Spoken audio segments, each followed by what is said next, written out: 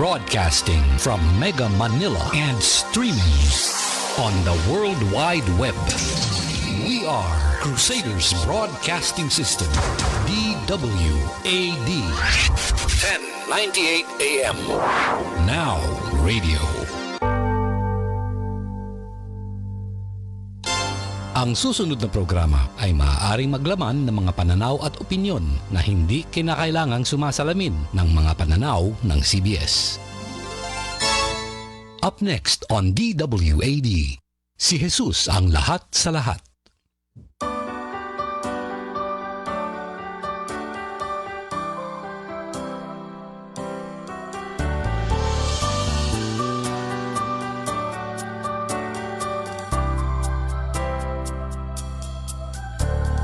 Gagawa ang Diyos ng daan sa buhay ko. Pagkilos niya'y mahiwaga, sa'kin may layunin siya. Siya'y aking gabay, ang kasama't karamay. Pag-ibig niya't kalakasan, bawat araw man, siyang aking daan. Gagawa ang Diyos ng daan sa buhay ko. Pagkilos niya'y mahiwaga, sa'kin may layunin siya. Siya'y aking gabay, ang kasama't karamay. Pag-ibig niya't kalakasan, bawat araw man, siyang aking daan. Isang magandang buhay para sa lahat. Tunay ngang every gising is a blessing. Papurit pasasalamat sa ating dakilang Panginoon. Isang pinagpalang araw sa lahat ng nilalang na nilikha ng ating Diyos. To our brothers and sisters in Christ, maraming salamat po sa patuloy na pakikinig at pagsama saan mang sulok kayo ng mundo. Muli, ito po ang himpilang inyong mapagkakatiwalaan at maaasahan, ang programang Si Jesus ang lahat sa lahat, na umeere at araw-araw niyong masusubaybayan sa radyo man sa DWAD 1098 kHz AM. Maging sa FB page Crusader Broadcasting System mula Lunes hanggang Biyernes, 30 minuto sa ganap na alas 6 hanggang alas 6:30 ng umaga. At sa Sabado at Linggo naman po, 1 oras sa ganap na alas 8 hanggang alas 9 ng umaga. Sa ngalan po ng ating Head Pastor, Pastor Rolly Antonio, mula po sa GCAM Global, Jesus Christ is All in All Global Ministry, ako po si Ate Myra. At ako naman po si Ate Lorena. Ang inyo pong mga lingkod na nabigyan ng pribilehiyo na magbahagi ng salita ng katotohanan ng ating Diyos para sa 1 oras na pagbubulay-bulay nito. Kapatid, ihanda na po natin ang ating puso, isip, tenga at buhay para sa pagtuturo, pangangaral at pangungusap ng Diyos sa malaki at matagumpay niyang gawain ito. Atin pong simulan ang gawain ito sa panalangin. Isang mapagpalang umaga, Panginoon, ang aming bati sa iyo. Lord God, sa oras pong ito, kung saan man po naroon ang mga anak mo, hipuin mo kami mainam, Panginoon, Lord God. Dalahin ko po, O Diyos, na kami po ay patawarin mo sa isip, salita at sa gawa. Nang sa ganon, Panginoon, ay makadaloy, Lord God, ang iyong maluwalhati at mapagpalang biyaya sa umagang ito. Lord, hayaan mo po na ikaw lamang, O Diyos, ang maitaas sa buhay namin ni Ate Myra, Lord God, at maibigay po namin, Panginoon, ang mga salitang nagmumula sa iyo. Nawa, O Diyos, anuman po ang aming mga pag-usapan, maibahagi sa iyong mga anak, maging pagpapalat kagalingan po ito sa bawat isa sa amin. Lord, nilalapit po namin ang gawain mong ito, O Diyos, sapagkat Lord, ikaw lamang po ang dapat maitaas at maparangalan, maluwalhati, Panginoon, sa umagang ito. Maraming salamat po sa panibagong kalakasan, sa panibagong buhay, sa pagpapala na aming natatanggap sa araw-araw, lalo't higit sa umagang ito, Panginoon. Sa iyo po namin binabalik ang pinakamataas na papuri at pasasalamat, pagdadakila sa tanging pangalan lamang Jesus. Amen and amen. Ayan, papuri sa ating Panginoon. Kamusta po sa ating mga kapatid na nakikinig sa amin ni Ate Lorena sa umagang ito? Nawa po tayo ay nasa masaya at ligtas na kalagayan sa mga oras na ito. Ngayon po, kami naman po ni Ate Lorena ay nabigyan po ulit ng pribilehiyo na makapagbahagi para sa pagbubulay-bulay ng salita ng Diyos. Salamat po sa Panginoon sa isang mapagpalang umaga. Alam ko naman po na walang exempted sa mga problema. Maaaring yung mga kapatid natin sa ngayon ay umaga pa lang ay nai-stress o nakakaranas na ng mga pagsubok. Pero lagi po nating isipin, kapatid, na nariyan po ang Panginoon. Ngayon po, kami po ni Ate Lorena ay naghanda sa inyo ng isang panibagong putahe na ating pong kakainin ang salita ng Panginoon. Ito po ay may title na Strength for the Season of Waiting, na matatagpuan po sa Daniel 10 verse 10 to 19. Ngayon po, kung meron na po kayong mga Biblia, sabayan niyo po ako sa pagbasa. Daniel 10 verse 10 hanggang 19. Hinawakan at tinulungan niya ako habang nanginginig pa ang aking mga kamay at mga tuhod. Sinabi niya, Daniel, mahal ka ng Diyos. Tumayo ka at makinig ng mabuti sa sasabihin ko sa iyo, dahil isinugo ako ng Diyos dito sa iyo. Pagkasabi niya noon, nanginginig akong tumayo. Sinabi niya sa akin, Daniel, huwag kang matakot, sapagkat sa unang araw pa lamang ng iyong pagpapakumbaba sa Diyos at sa hangad mong maunawaan ang mga pangitain, sinagot na ang iyong dalangin. Kaya, pumarito ako para dalhin ang kasagutan sa iyong dalangin. Verse 13, pero hindi ako nakarating agad dito dahil sa loob ng 21 days ay hinadlangan ako ng pinuno ng kaharian ng Persia. Mabuti na lang at tinulungan ako ni Michael na pinuno ng mga anghel dahil ako lang ang nakikipaglaban sa pinuno ng Persia. Narito ako ngayon para ipaliwanag sa iyo kung ano ang mangyayari sa iyong mga kababayang Israelita sa hinaharap. Dahil ang iyong pangitain ay tungkol sa mga mangyayari sa hinaharap. Habang nagsasalita siya sa akin, napayuko na lang ako at hindi nakapagsalita. Hinipo ako sa bibig nitong parang tao at nakapagsalita akong muli. Sinabi ko sa kanya na nakatayo sa aking harapan, Ginoo, nababagabag po ako at nawala ng lakas dahil sa pangitaing nakita ko. Paano ako makikipag-usap sa inyo? Gayong wala na akong lakas at halos hindi na ako makahinga. Kaya muli niya akong hinipo at bumalik ang aking lakas. Sinabi niya sa akin, Ikaw na mahal ng Diyos, huwag kang matakot o mag-alala. Magpakalakas at magpakatatag ka. Nang masabi niya ito sa akin, muli akong lumakas. Sinabi ko sa kanya, ituloy niyo po ang pagsasalita dahil pinalalakas niyo na ako.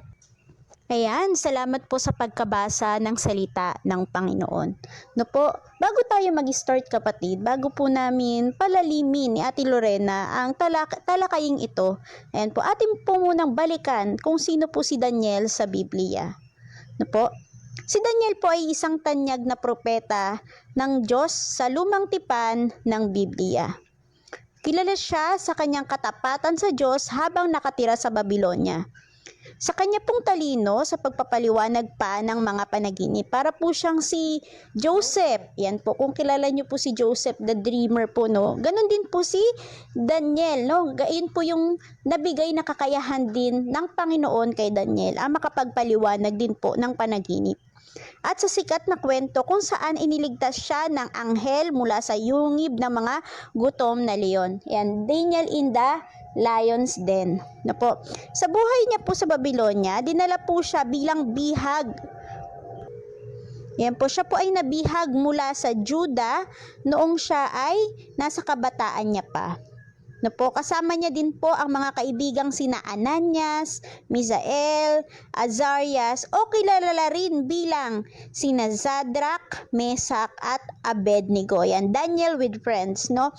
Nanatili silang kumakain lamang ng gulay at tubig para hindi lumabag sa batas ng Diyos tungkol sa pagkain. Yan po, sobrang dinedicate po ni Daniel ang kanyang buhay sa Panginoon. Kaya naman, even may mga utos sa kanila na labag po sa gusto ng Panginoon, hindi po niya yung ginagawa. Kahit siya po ay parusahan, ang sinusunod lamang po ni Daniel ay ang kalooban ng Panginoon. Ano po, mga kakayahan at katungkulan. Ang gift po na binigay ng Diyos kay Daniel o yung mga kakayahan niya po, binigyan po ng Diyos si Daniel ng talino at kakayahang magbasa at magpaliwanag ng mga panaginip at pangitain. Kaya naman po dito sa verse 10, sa chapter 10 po na binasa ni Ate Lorena, ipinakita po dito kung paano po ipinaliwanag ang pangitain na po na nakita ni Daniel. Si Daniel din po ay ang nakapagpaliwanag ng panaginip ni Haring Nabucodonosor. Siya din po ay naging mataas na pinuno at tagapayo sa mga hari ng Babylonia at Persia tulad ni Nabucodonosor at ni Dario. Ayun, maraming salamat Ate Myra dahil ngayon mas naunawaan po natin kung sino po yung taong pinag-uusapan po natin sa umagang ito, no? At bakit po siya natin pinag-uusapan? At ano ang kilos na ginawa ng Diyos sa buhay ni Daniel na talaga namang kahanga-hanga at talaga namang magkakaroon tayo ng mga aral sa umagang ito. Ang title po na ating pag-uusapan is Strength for the Season of Waiting. Yan po ay matatagpuan muli sa Daniel chapter 10, verse 10 hanggang 19. Ano po yung pinaka-big idea nung verse na ito? When God seems silent, He is still sending strength. Kapag parang tila tahimik ang Diyos, okay, meron siyang ipinapadalang lakas. Kapatid, ibig sabihin, hindi hayaan ng Diyos na wala siyang ginagawang kilos.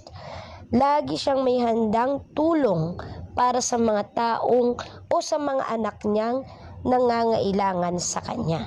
Naranasan na po ba nating manalangin at parang napifeel natin na parang ang tahimik ng Diyos, ang tahimik ng kalangitan, parang hindi dinidinig ng Diyos ang aking dalangin? No? Alam ko po paulit-ulit ang mga katanungang ito kapag tayo ay nakaririnig ng mga questions. But it's real, no kapatid? Ito talaga yung realidad ng buhay. No? Kahit marami na tayong naririnig na mga katuruan, bakit tahimik ang Diyos? Nakikinig ba ang Diyos sa panalangin ko?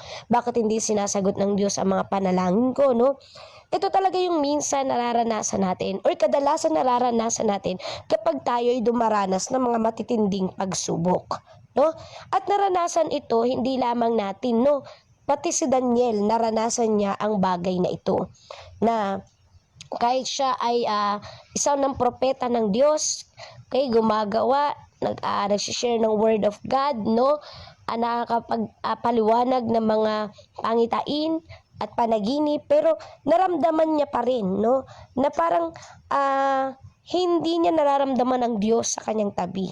Sapagkat sabi nga po dito, in Daniel chapter 10, it tells us he had been mourning and fasting for 21 days. No? Ibig sabihin, nag-aayuno, nananalangin si Daniel, no? For 21 days. At wala siyang na-receive na sagot. Wala siyang naging vision, no? Isang napakatahimik na 21 days ang ipinagkaloob o pinaranas sa kanya ng Panginoon. Naakala niya, no kapatid, no, hindi siya tutulungan o hindi naririnig ng Panginoon ang kanyang panalangin. But what Daniel couldn't see was that a war was happening in the heavens on his behalf. Sabi nga po, no, kung kumikilos, no, ang Panginoon, kumikilos din ang gawa ng kaaway. Tama po ba, Ate Myra? Amen. No? Parang sa ating mga kapatid sa buhay po nating Kristiyano, no, hindi nga tayo exempted sa mga problema, no? Kung gaano tayo ka on fire sa paglilingkod sa Panginoon, ganun din ka on fire ang gawa ng kaaway na mawala yung joy na meron sa ating mga puso. Pigilan No? tayo. Para pigilan tayo, sabi nga po ni Ate Myra. Ano yung sinasabi natin, no? Minsan di natin inaasahan, no? Very on fire ka sa paglilingkod sa Panginoon. One call away ka, tara may pupuntahan tayo dito. Ipapanalangin natin ang isa sa mga kapatiran, no? O kaya may fellowshipping, merong mga gawain. Pero may nangyayari, no, na problema, may mga dumarating na problema, mga hindi natin inaasahan. Ibig sabihin, kapatid, dun pa lang malalaman nating gumagawa ang kaaway para ano? Para alisin ang joy na meron ka, para alisin yung fire na meron ka sa paglilingkod sa Panginoon. Gusto agawin ng kaaway, no, yung fire na meron ka para sa Panginoon. Pero hindi natin nakikita, no, gumagawa ang Panginoon. At the same time, gumagawa din ang kaaway. So, from the very first day na nag-ayuno, nag-fasting si Daniel, kumikilos na ang Panginoon. No, ang sabi diyan po sa verse 12 sa Daniel. This passage shows us what to do when we're weak, afraid, and waiting on God. God doesn't ignore our prayers. He sends help and He sends strength. Amen. At ngayon po sa umagang ito, mapag-aaralan po namin, no, o natin, ibibigay po namin ni Ate Myra ang 5 bagay, no, that God does when we are on our face before Him. At ang una nga pong, ang una po nating mapag-aaralan dito ay, ang unang bagay that God does when we are on our face before Him is the touch of God. In verse 10, sabi po dito, Daniel was face to the ground, faithfully prayed. No? Si Daniel po, no, ay talagang nagpakumbaba at talagang nananalangin sa Panginoon. Pang manalangin. Yun, 'di ba? Tayo po pag talagang very tayo yung gustong-gusto nating may gawin kilos ang Panginoon, talagang gagawin mo ang lahat para mapakinggan ka ng Panginoon, no? Kumbaga, si Daniel, ganun ang ginawa niya. He was face to the ground at talagang nandun yung katapatan niyang manalangin sa Panginoon. Siguro habang ginagawa to ni Daniel, talagang tulo din ng kanyang uhog, tulo din ng kanyang pawis, talagang lahat-lahat na luha, no? Pero sabi dito, kapatid, and behold, a hand touched me and set me trembling on my hands and knees, no? Biglang may humawak kay Daniel, no? At naramdaman niya ang Espiritu ng Diyos, kaya naman talagang nanginginig ang kanyang mga paa at mga kamay, no? At tandaan natin, kapatid, God didn't shout from heaven. He touched Daniel. So, ang humawak na pala kay Daniel sa mga oras na ito ay ang ating Panginoon. Because tandaan natin, kapatid, when we are down, God reaches down. No? Hindi man literal na bumaba talaga ang Diyos kay Daniel, no? But He sends strength, no? Naramdaman ni Daniel ang kamay ng Diyos, no? Na humawak sa kanya sa panahon na siya ay nag-aayuno, nananalangin sa Panginoon. God meets you, kapatid, ganun din, katulad ni Daniel, no? God meets you in your weakness. Kung tayo ay nangihina, mga kapatid, sa umagang ito, tandaan mo, kapatid, God will meet you in your weakness. Amen. Sabi dito, kapatid, you don't have to be strong to get God's attention. Hindi mo kailangan maging malakas all the time para makuha mo yung attention ng Panginoon. Sometimes you will meet God in your weaknesses, no? Kung saan nais ng Diyos, kapatid, no, na makita na sa panahon na tayo ay nangihina, hanapin natin ang Panginoon sapagkat siya ang magiging kalakasan natin, no? Sabi nga po sa isang kwento, kapatid, Noong panahon ng matinding bagyo, nawala ng kuryente sa buong baryo. Si Ana ay nakaupo sa sulok, nanginginig sa takot at luhaan. Nawala na sila ng kabuhayan at ngayon ay tila pati na rin ang pag-asa ay tinangay ng hangin. So parang nararanasan natin ng Thursday and Friday, kapatid, no? Talagang ang lakas ng mga pag-ulan, ng hangin, no? Dahilan ng pagkawala ng pasok, no? Sabi ni Ana, Panginoon, nasaan ka na ba? Bakit pinahihintulutan ang lahat ng ito? Sa gitna ng kanyang pag-iyak, biglang may kumatok. Binuksan niya ang pinto at nakita niya ang kanyang kapitbahay na si Lolo Isko. Bitbit ang ilang kandila at pagkain. Narinig ko ang iyong pag-iyak, Ana. Naisip kong baka kailangan mo ito. Lumipas ang mga araw, sa tulong ng mga kapitbahay, unti-unting naayos ang kanilang tahanan. Nakahanap din si Ana ng bagong pagkakakitaan mula sa mga taong hindi na inaasahang tutulong sa kanya. Doon niya napagtanto, hindi laging inaalis ng Diyos ang bagyo. Ngunit siya ang naglalagay ng mga taong magsisilbing liwanag at tulong sa atin sa gitna nito. Ang bawat pagsubok ay may kasamang biyaya. Minsan ay hindi direkta, ngunit tiyak na dumadating sa tamang panahon. Kaya kapatid, sa kwento ni Ana, sa kwento ni Daniel, akala ni Daniel, very silent na ang Panginoon, hindi na siya diringgin, parang wala, parang ang tahimik ng Panginoon. Pero hindi niya alam, kumikilos ang Panginoon. No? Kagaya ni Ana, may isinend ang Panginoon ng mga kapitbahay na tutulong sa kanya. At ganun din kay Daniel, nagpadala siya ng anghel, nakakausap kay Daniel upang ipaliwanag ano ang ibig sabihin ng mga pangitain na kanyang nararanasan o kanyang nakikita. Kaya nga kapatid, kung tayo po ngayon ay nanghihina sa mga problemang pinagdadaanan natin, lakasan mo ang iyong loob. Tandaan mo kapatid na sa bawat hirap, laging may kamay ng Diyos na gagabay at handang magbigay ng magandang bukas at kalakasan sa iyo. Amen. Yan. Ayan kapatid, no? Napakaganda po no, ng una, no? The touch of God. No? Paano po ba tayo hawakan ng Panginoon sa gitna ng ating panghihina? Sabi nga, when we are down, God reaches down. Hindi po kapag nasa baba po tayo, sinasamahan po tayo ng Panginoon. At hindi lang niya tayo sinasamahan kung hindi kasama natin siyang lumalaban. Ngayon kapatid, dadako po tayo sa number 2.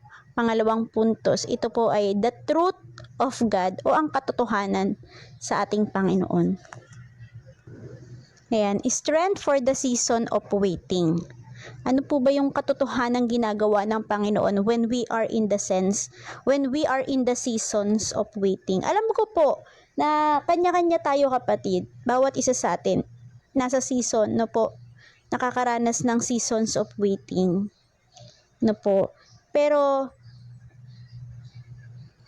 lagi lang po nating tatandaan na in the seasons of waiting, may ginagawa pa din ng Panginoon. At surely, yung ginagawa niya sa buhay natin ay para sa ating ikabubuti. Sabi nga kapatid, in verse 11 to 12, basahin ko po muli ang salita ng Panginoon. Ang sabi dito, sinabi niya, O Daniel, lubos kitang minamahal, tumayo ka at pakinggan mong mabuti ang sasabihin ko. Isinugo ko para sabihin ito sa iyo. Nanginginig naman akong tumayo. Sinabi pa niya sa akin, huwag kang matakot Daniel sapagkat mula pa nang nagpakumbaba ka sa harapan ng Diyos upang magkaroon ka ng pangunawa, dininig na ang iyong dalangin. Kaya naparito ako. Ayan kapatid, no po. God calls Daniel greatly loved. O sabi doon, no, minamahal siya ng Panginoon. Sabi, O Daniel, man greatly loved, for your words were heard, and I have come because of your words. Paalala po ito sa atin kapatid na God hears you the first day you pray.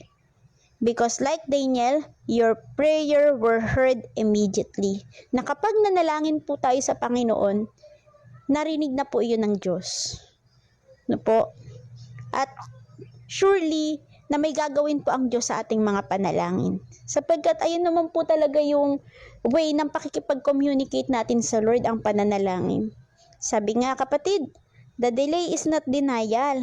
God is working when you can't see it. Yan. Ngayon kapatid, Daniel's waiting season is a time of deep prayer and fasting from the book of Daniel in the Bible. Habang si Daniel po ay nasa waiting season, may ginagawa po siyang paraan. May ginagawa po siya na hakbang para mas lalo po siyang kumonekta sa Panginoon. At ayan po ay ang pagpapasting, prayer and fasting. And during this time po, pinakita po ng Diyos na He gives Daniel hidden strength to stand firm when answers take time. No po, at ang kailangan lang po ay ang mag-trust sa plano ng Panginoon while you wait for the breakthrough. No po, ang kailangan ay magtiwala sa Panginoon habang inaantay po natin yung sagot sa ating mga panalangin. The meaning of Daniel's wait. Una po, Daniel prayed and fasted for 21 days. No po, may ginagawa nga po si Daniel na paraan. May ginagawa siyang favor para po mas lalo po siyang pakinggan ng Panginoon. A heavenly messenger faced a fight in the unseen spiritual world. Doon din po sa chapter 10, nabasa din po natin doon na merong spiritual warfare o may pakikipaglaban din na spiritual. And the delay was not a denial of his prayer. And God heard Daniel in the very first day he prayed. Ayan, tumutugon ang Panginoon kapatid. Ang katotohanan ng Diyos sa panahon ng paghihintay ay hindi ito nasasayang na oras. No, minsan akala po natin parang pag nag-aantay tayo parang sayang naman yung oras. Parang sa ating mga tao gusto na natin kaagad gumawa ng paraan. Marami tayong option. Parang nawawala na tayo ng patience sa paghihintay kapatid. Pero kapatid, lagi mong tatandaan na ang Diyos ay laging tapat. Kumikilos sa likod ng mga pangyayari at nagbibigay ng lakas sa mga nagtitiwala sa Kanya. Kahit tila matagal o mabagal ang Kanyang tugon ayon sa ating paningin. No, minsan akala natin parang, Lord, ang tagal-tagal naman. Parang years na yung prayer ko sa iyo, no? Pero always remember na kagaya nga ni Daniel, may ginagawa ang Panginoon at ang Diyos ay naroon na sa unang araw pa lang ng Kanyang pananalangin. Mga katotohanan tungkol sa paghihintay kapatid. Una, hindi ka iniwan ng Panginoon. Kasama mo ang Diyos sa bawat sandali ng katahimikan at pagsubok. Pangalawa, may layunin ang oras. Hinuhubog ng paghihintay ang iyong pananampalataya, tiyaga at pagkatao. Po, tinuturuan tayo ng Panginoon na mas lalong mag-grow, mas lalo pong hubugin ang ating personal at ang ating spiritual na pananampalataya. Pangatlo, tama ang Kanyang panahon. Ang mga plano ng Diyos ay dumadating sa tamang takdang oras at hindi kailanman huli. Sabi nga kapatid, Ecclesiastes 3:11, God has made everything beautiful in His time. In His time kapatid, laging may tama at sapat at perpektong panahon ang Panginoon. Paano po ba tayo maghintay ng may lakas? Una, kung ikaw ay parang naiinip na o parang nawawalan ka ng gana maghintay, unang dapat nating gawin ay manalangin ng palagian. Ibigay po natin sa ating Panginoon ang ating mga alalahanin at pangamba. Kung nawawalan ka na ng pag-asa kapatid, kung ikaw ay parang hinang-hina na at nawawalan na ng pag-asa, na isuko at antayin ang panalangin na hinihingi natin sa Panginoon, Paalala sa atin kapatid sa Mateo 11:28 na lumapit tayo sa ating Panginoon. Sabi nga, lumapit kayo sa akin, kayong lahat ng nahihirapan at nabibigatan sa iyong pasanin at bibigyan ko kayo ng kapahingahan. Yan, lumapit po tayo sa ating Panginoon. Ibigay po natin sa Kanya yung mga bagay na nakapagbibigay sa atin ng bigat. Pangalawa kapatid, magmuni-muni sa salita. Balikan ng mga pangako ng Diyos na nakasulat sa Biblia upang manatili ang iyong pag-asa. Na po, ibinigay nga po sa atin yung salita ng Panginoon, salita ng katotohanan ng Panginoon para mabasa po natin yung mga love letter ni Lord at panghawakan natin yung mga pangako niya. At para maging buhay din po ito sa atin, no kapatid, sabi nga, ang salita ng Panginoon ay makapangyarihan, tapat at totoo. Pangatlo, maglingkod habang naghihintay. Huwag ihinto ang paggawa ng mabuti at pagtupad sa iyong pang-araw-araw na tungkulin. Palagi lang po tayong magtiwala sa Panginoon. The truth of God, ang katotohanan ay walang imposible sa ating Panginoon.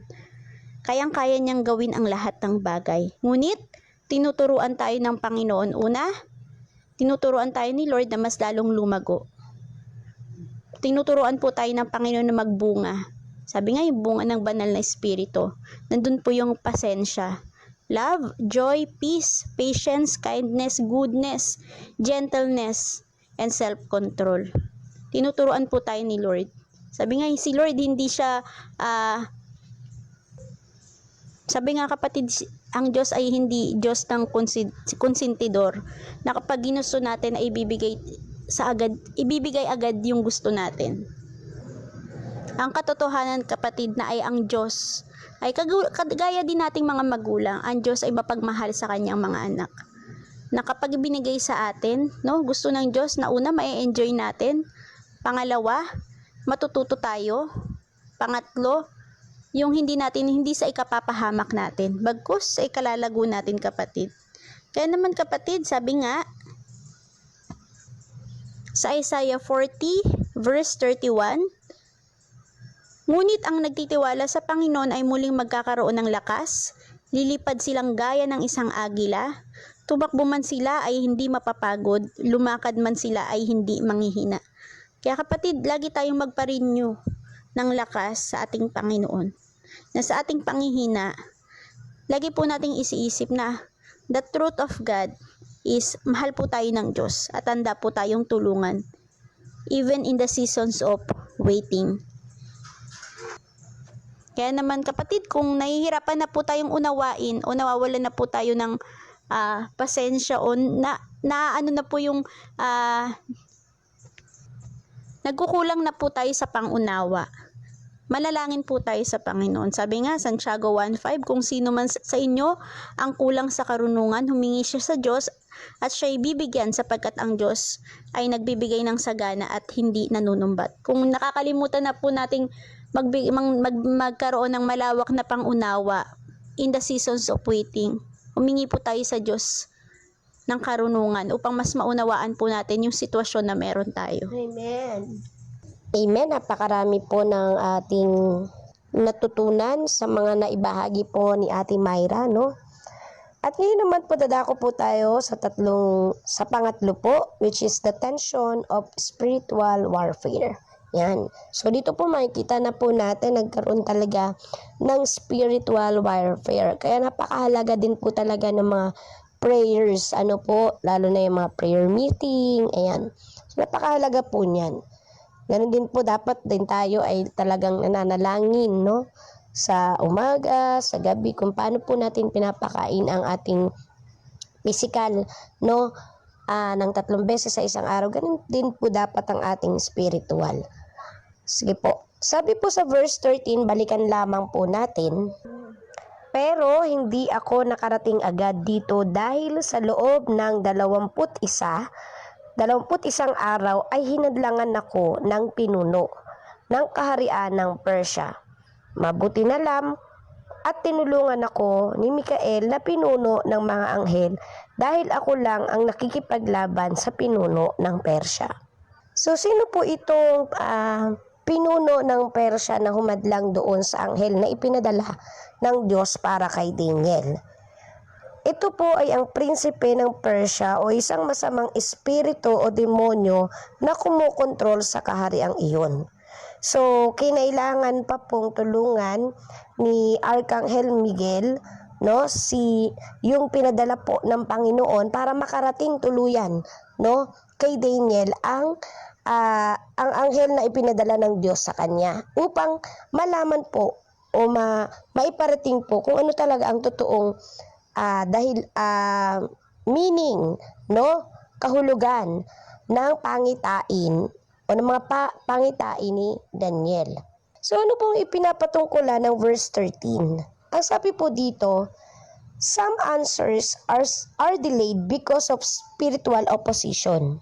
No? So nagkakaroon po ng spiritual warfare o ng mga labanan when it comes to spiritual. Hindi lang dahil sa gusto lang iantala ng Panginoon na hindi ka i-promote, gusto lang iantala ng Panginoon na hindi ka i-bless today, gusto lang iantala ng Panginoon na hindi ka pagalingin sa sakit mo. Kung hindi kapatid, merong ding nangyayaring labanan, no? Between God and the evil. So kung tayo dito sa mundo natin, no, ay kipaglaban tayo sa mundo ng problema, pagsubok, o kaya mga taong gusto magpabagsak sa atin, ganoon din ang Panginoon, no? Nakikipaglaban din sila sa gawa ng kaaway, no? Na wag na tayong mas higit na mahirapan, wag na tayong mas higit na malungkot, no? O makaranas pa ng mga paghihirap at problema. So, kaya po may mga delay minsan hindi rin talaga po natin maunawaan dahil nga, 'di ba, lalo na't higit kapag tayo ay talagang naglilingkod sa Panginoon, very on fire tayo. Lord, ginagawa ko naman ang lahat. Lord, nagmi-ministry ako sa iyo. Lord, nananalangin naman ako sa iyo, no? Ang dami nating ibinibigay sa Panginoon na mga dahilan para hindi i-delay yung mga panalangin natin. Pero hindi natin alam that God is working even when you can't see it. No? Hindi mo nakikita, kumikilos na agad ang Panginoon from the very beginning na may pinagdadaanan ka, kapatid. Kaya natatandaan niyo po ba nung last time na kami ay nagturo ni Ate Myra nung nakaraang buwan, yung kwento ng footprints of the sand, yung akala niya, 'di ba, wala siyang kasama, hindi niya kasama ang Panginoon sa lakad o sa journey niya sa buhay. Pero nung mapansin niya, 'di ba, pagka masaya, nung sa panahon na siya ay masaya, nakikita niya pa, 4 pa yung footprints na kasama niya ang Panginoon. Pero nung dumanas na siya ng kahirapan, dumanas na siya ng problema, 2 na lang yung footprints na nakita niya doon. So ang inisip niya kaagad, iniwan siya ng Panginoon, no? Pinabayaan siya ng Lord. Pero doon niya napagtanto na yung footprints na nakikita pala niya ay hindi mula sa kanya, kung hindi mula sa Panginoon. Kaya kapatid, may mga delays minsan kasi nagkakaroon ng spiritual opposition, no? Nagkakaroon ng mga labanan spiritually. At ang kailangan lang makita ng Panginoon ay ang talagang katapatan mo, katulad ni Daniel, no? Na 21 days nag-ayuno, no? Hindi siya nagpatinag sa unang araw, sa ikalawang araw, sa isang buong linggo na wala siyang narinig mula sa Panginoon, wala siyang nakita mula sa Panginoon, no? Hindi niya naramdaman ang presensya ng Panginoon. Kung lumipas ang 2 linggo, ganun pa rin, wala pa rin siyang nakita, hindi niya pa rin naramdaman ang kilos ng Panginoon, ni ang presensya ng Panginoon. It's just a silence, no? Nagkaroon ng katahimikan. Sa loob ng 3rd week, wala pa rin, ganun at ganun pa rin. Pero nung 21 days, tumugon ang Panginoon at nagpadala siya ng anghel na magpapalakas kay Daniel sa panahon ng kanyang panghihina. So ganun din tayo, kapatid, no? Laging may handang tulong ang Diyos para sa iyo sa kinaharap mong problema, no? Kami mga kapatid, kami po ni Ate Myra ay sa pamilya po namin ay meron din po kaming mga pinagdadaan ng problema, no? Pero still ayaw po namin maagaw yung joy na meron kami sa Panginoon.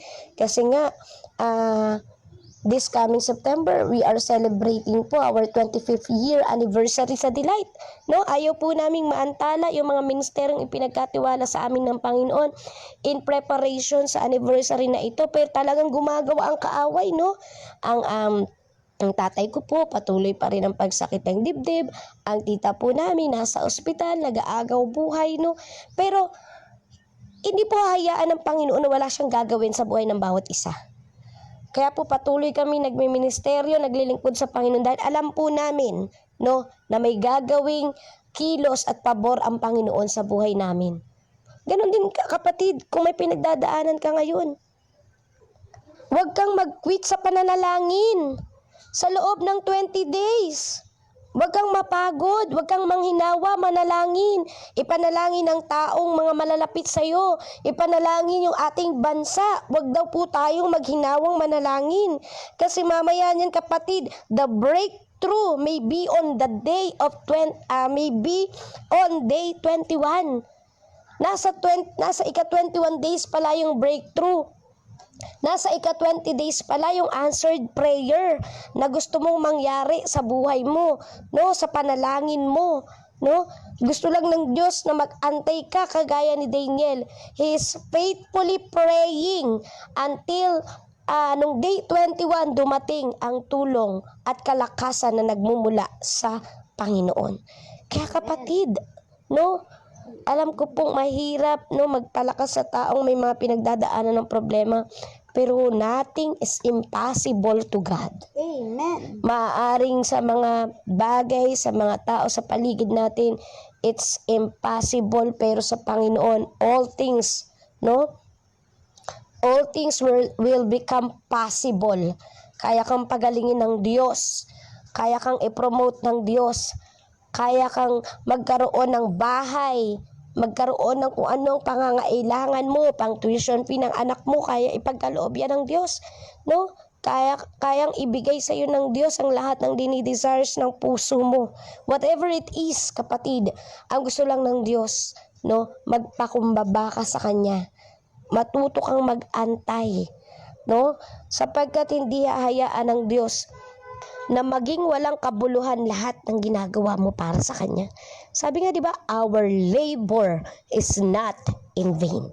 Kaya kapatid, no, the tensions of spiritual warfare, lagi lang po nating isipin, no? Ang kilos ng Panginoon ay laging nandyan, pero ang kilos din ng kaaway ay napakabilis. Pero huwag ka magpapatinag, kapatid, dahil napagtagumpayan na ng Panginoon at kaya niyang pagtagumpayin ang lahat ng pagsubok at problema dito sa mundong ito. Kaya nga, kung may malaki tayong problema, lagi tayong may malaking Diyos na tutulong para sa atin. Amen, kapatid. Yan, dadako po tayo sa pang-apat. Ito po ay ang the trembling of humanity. In verse 15 to 17, balikan natin kapatid, ang sabi po doon, matapos niyang sabihin nito, napayuko na lamang ako at hindi makapagsalita. At may isang kahawig ng tao na biglang humipo sa aking labi at muli akong nakapagsalita. Sinabi ko sa aking kaharap, Ginoo, nabagabag po ako at nawala ng lakas dahil sa pangitaing ito. Hindi po ako makapagsalitang tulad niyo sapagkat wala nga akong lakas, halos hindi ako makahinga. Yan, kapatid, Daniel was terrified and speechless.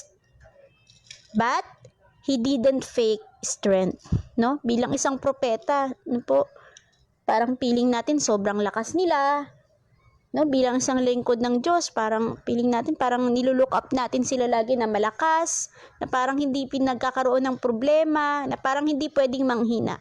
Pero po dito, sa makikita natin at mababasa natin, na hindi po nagpakita si Daniel ng pagkukunwari sa kanyang kahinaan. Bagkus inamin niya po, inamin niya po doon po sa kanyang kausap na siya po ay mahina at nangangailangan ng kalakasan.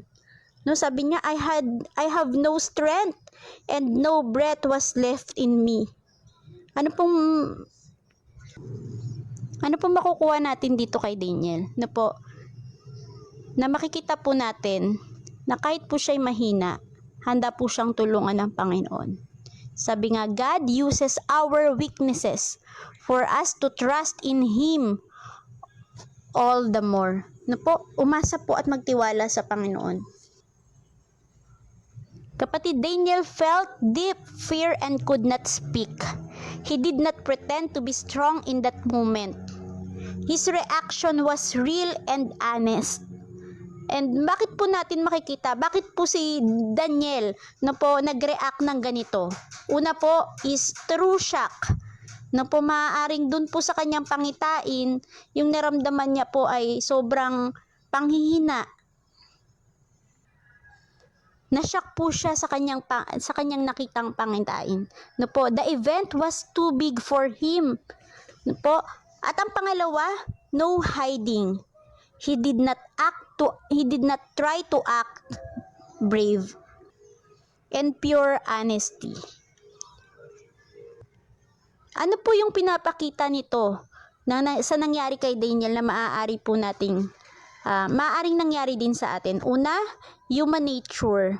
Yung nangyari po kay Daniel na siya po ay na-terrified ay maaaring nangyayari din po sa atin. Sabi nga kapatid, kailan ba natin nararamdaman na we feel trembling na po o we feel terrified? Una po, we feel terrified kapag nariyan na si Judith. Na po na parang nag-aalala na tayo kung saan tayo kukuha ng pambayad, ng pera, nag-aalala na po tayo kung sino pong matatakbuhan natin. Sunod po na, we feel terrified kapag nagkakasakit tayo o kapag may nagkakasakit sa ating pamilya. Lalo na kapag magulang tayo, no po, pag nagkakasakit ang ating mga anak, sinasabi natin na kahit tayo na lang, ang magkasakit, wag lang yung mga anak natin. O kapag we feel terrified kapag nagluluksa tayo, kapag kami taong nawala sa ating mga mahal natin sa buhay na nawala. We feel terrified kapag nabobroken tayo o nawawalan yung tiwala natin sa isang tao. Marami pong bagay ang katulad ni Daniel na naranasan niya, nararanasan din po natin. It's a human nature kapatid na ito po ay naranasan din ni Daniel. Pangalawa kapatid, no false pride. He did not care about looking tough. No po, hindi naman po mahalaga na palagi tayong matapang. Hindi naman po importante na palagi tayong malakas. Minsan may pagkakataon po talagang dumarating tayo sa panghihina. At ipinapakita lang po no na kailangan po natin ang Diyos.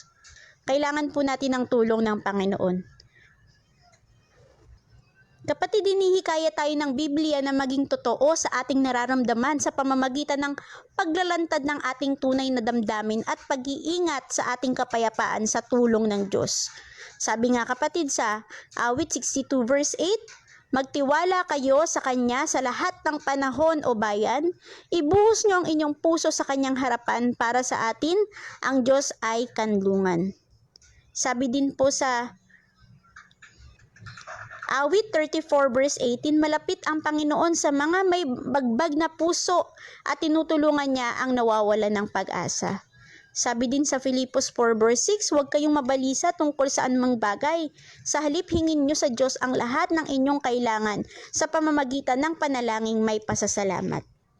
Ano po yung application sa buhay ni David na nagpakita siya ng panghihina sa ating Panginoon? Ito po ay makikita po natin na God isn't looking for perfect people.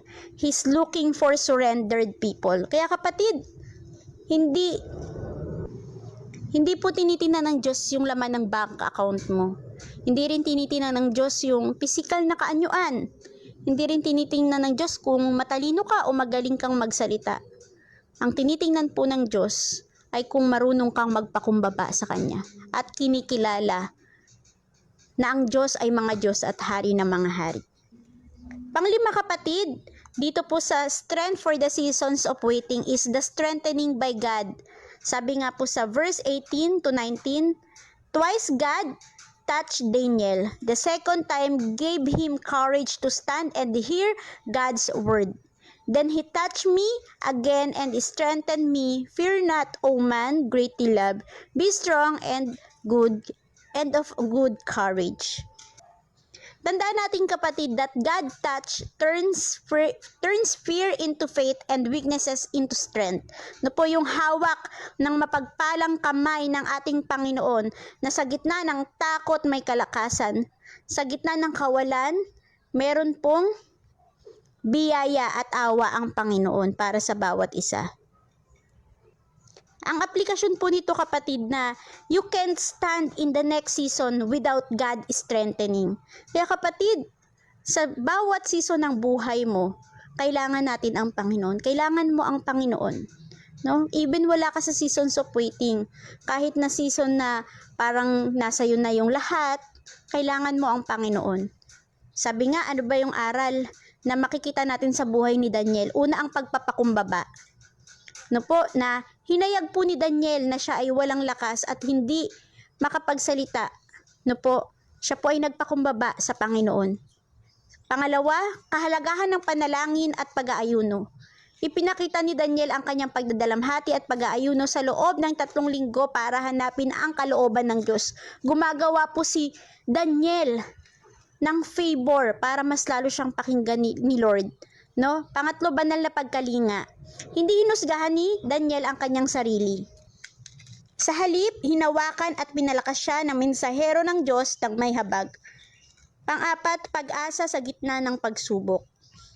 Ipinapaalala nito na sa ating pag-amin ng kawalan ng kakayahan, ibinibigay ng Diyos ang kanyang kapayapaan at lakas. Kaya kapatid, admit and submit sa Panginoon. I-admit natin ang ating sarili at i-submit natin sa Panginoon. Na po, ano po yung aral sa buhay ni Daniel? Una, ang aral na kahit si Daniel ay isang propetang minamahal ng Diyos, nakakaranas siya ng seasons of waiting. Kaya naman kapatid, kung ikaw ay nasa seasons of waiting, katulad ni Daniel, kahit ikaw pa ay Kristiyano, kahit ikaw pa ay sumusunod sa Panginoon, tap your shoulder at ipaalala mo sa sarili mo na even si Daniel na minamahal ng Panginoon ay dumanas ng seasons of waiting, pero hindi siya nawalan ng pananampalataya sa Panginoon. Bagkus, mas lalo pa niyang ipinapakita sa Diyos na siya ay sumusunod sa gitna ng kanyang pag-aantay. Sabi nga kapatid, matuto tayo sa Biblia sapagkat ito ay history, example, and mirror na binigay ng Panginoon upang magpalakas sa atin. Kaya naman si Daniel, gawin po natin siyang example na binigay ng Panginoon para matuto po tayo dito sa ating buhay. So yun mga kapatid, yun ang 5 bagay that God does when we are on our face before Him. Una, the touch of God, the truth of God, the tension of spiritual warfare, the trembling of humanity, at the strengthening by God. So si Daniel po, it teaches 3 truths for waiting seasons. Una po, God hears you from day 1. God is working even when you can't see it. And God will strengthening you to stand in what's coming next. Your weakness is the place where God's strength shows up best. Be strong and good courage. Sabi nga kapatid, that's not just for Daniel. That's for you today. I-claim daw po natin kapatid, this is for us today. Para sa atin to. No? Hindi lang to para kay Daniel. So kapatid, ano yung nais lamang ng Diyos? Touch, come to God honestly. Get on your face, admit I have no strength. So sa touch po, kailangan daw maging tapat tayo, sabihin sa Panginoon na hindi natin kaya. Wala tayong kalakasan harapin ang mga pinagdadaanan natin. Pangalawa kapatid, trust. Keep praying. No? Manatili po tayong manalangin. Remember, God heard you on day 1. So sa simula pa lang kapatid, nakikinig na ang Panginoon sa iyong mga panalangin. Pangatlo kapatid, take. Touch, trust, and take. Ano yung sa take? Receive God's strengthening. Pray, Lord, touch me again and makes me strong to stand. And then kapatid, sabihin mo sa kapwa mo, I am greatly loved by God because you are. So kapatid, marami po tayong matututunan at natutunan sa umagang ito sa buhay ni Daniel.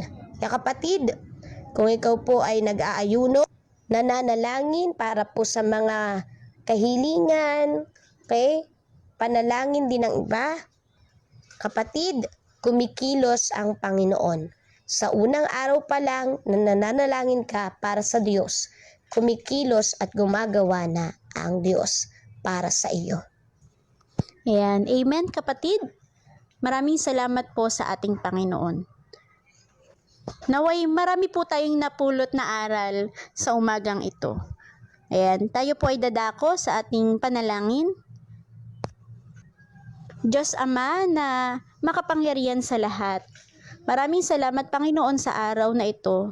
Dalangin po namin na kami, maging ang mga nakikinig, ay maraming mapulot na aral sa kwento ni Daniel sa araw na ito. Salamat Lord sapagkat ibinigay mong halimbawa si Daniel Panginoon ng buhay niya na in the seasons of waiting Panginoon ay nariyan ka Panginoon. At nalalaman mo, Panginoon, yung mga bagay na dinidesire ng puso ng bawat isa. Kaya Lord, sa mga nakikinig sa oras na ito, dalangin ko, Panginoon, na ikaw kumilos ka sa mga buhay ng bawat isa. Dinggin mo, Panginoon, ang pagsusumamo ng iyong mga anak. Ano man pong dinidesire, sa pangalan mo, Jesus, in your name, Jesus, na ibigay mo po yung the best para sa bawat isa. Lord, pagpalain mo ang iyong mga anak na nakikinig saan man po sila naroon. Pagpalain mo po sa pinansyal, sa material, sa physical, emosyonal at higit sa lahat sa spiritual, Panginoon. Ipagkaloob mo po ang pangangailangan ng bawat isa, Panginoon Lord God, at patuloy mong samahan, ingatan. Kaya naman, Panginoong Jesus, tanging sa iyo po kami mananampalataya, aasa at magtitiwala sapagkat ikaw ang Diyos na hindi kami, Panginoon, binibigo. Kung hindi, ikaw din, Panginoon, ang Diyos na tapat at sapat sa bawat pangako. Kaya naman, Panginoon, pangahawakan namin na Lord, you are not looking for perfect people, but you are looking for surrendered people. Kaya naman sa pangalan mo, Jesus, ipinagkakatiwala namin sa iyo ang lahat ng bagay. In Jesus' name we pray, Amen and Amen. Kaya naman kapatid, ating pong pag-igtingin ang ating pananampalataya sa Panginoon. Sabi nga sa Romans 10:17, so then faith comes by hearing, and hearing by the word of God. Roma 10:17 sa Tagalog, kaya't ang pananampalataya ay bunga ng pakikinig at ang pakikinig naman ay bunga ng pangangaral tungkol kay Kristo. For reminders kapatid, for prayer and counseling, maaari po kayong tumawag sa landline sa Gian Youth Center sa numerong 8808-1589 at sa numero pong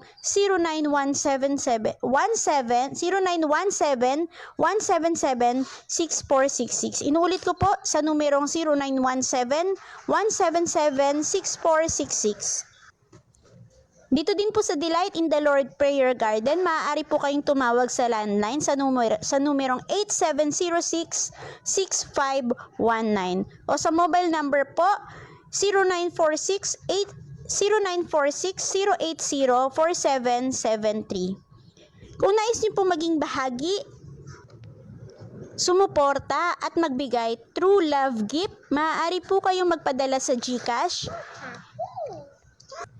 Account name, Edita Sisiban, sa numerong 0920-414-0915. Inuulit ko po sa GCash. Sa account name po, Edita Sisiban, sa numerong 0920-414-0915. Sa BPI po, account name, Aida Antonio, savings account number 3196285291. Inulit ko po, BPI account name, Aida Antonio, savings account number 3196285291. Muli, binabati po namin kayo ng Shalom, God loves you, God bless you, and let us give God all the glory. Kahit sa ilang ako'y kanyang itatawid. Disyerto man may ilog siyang hatid.